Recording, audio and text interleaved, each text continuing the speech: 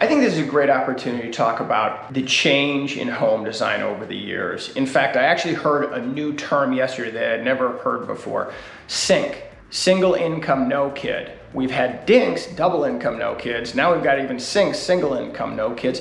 And a lot of this is driving the change in home design.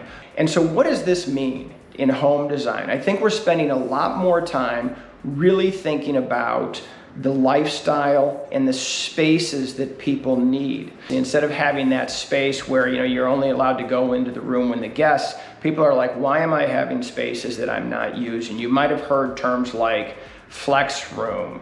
You might have heard terms like away room, which I think are really important in design. With working from home, I often think that being able to step out of the main living area and have a quiet space for working area is really important. It's also important because then you can step away. If you're not working from the middle of your home, you can also shut things down at night. And we have these things all coming together, and so that's where away rooms and flex spaces, where we have very open floor plans, but you want a space that you can close a door. And that's where these away room, flex rooms, whether it's a small seating area and a working area, or maybe whether you have a wall bed in that space for a guest, but really you're only going to use the wall bed 5 to 10 days a year. So it's really a much more useful to you as a home office. And this is a way that you're able to combine spaces, bring square footage down, so all of your dollars and cents aren't just going into your home, but also being able to be used elsewhere.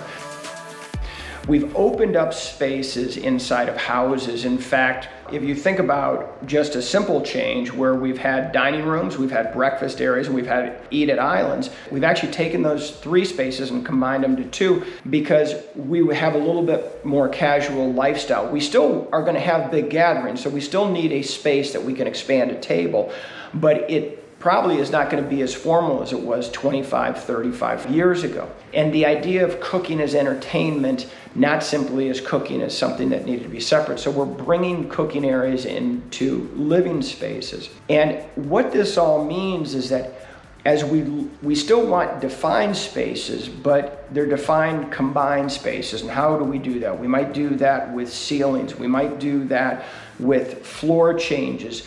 We might do that even with how we lay the island out, where we're doing 9 and 10 foot long islands to create, in essence, a barrier from the kitchen to the eating space, to create some definition that way. In fact, where we have more and more wood floor throughout, I see more and more throw rugs defining spaces.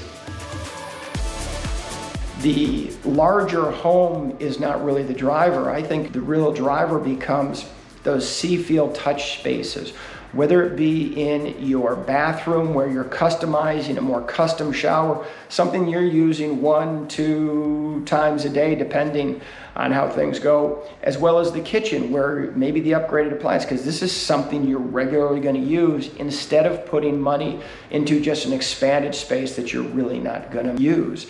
And so I think that's so important as you're evaluating your house. Think about your needs, think about how you're living, the space, the features, and I very much think the trade-off for features versus space makes a lot of sense.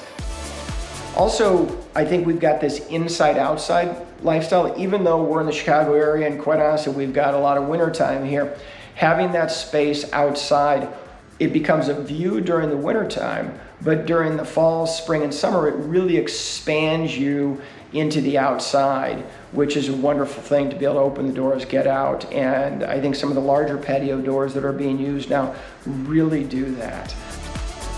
Another design feature that I think really works well in houses is we're always looking at bringing in natural light. And I like to use high windows because I think it brings in a lot of light into spaces, but it doesn't impact furniture, walls, things like that. So it really creates some extra feature in the house and brings some natural light in, because light, I think, is so important in a home. Even the placement of windows and walking into rooms, being able to look out windows and those type of things are so important.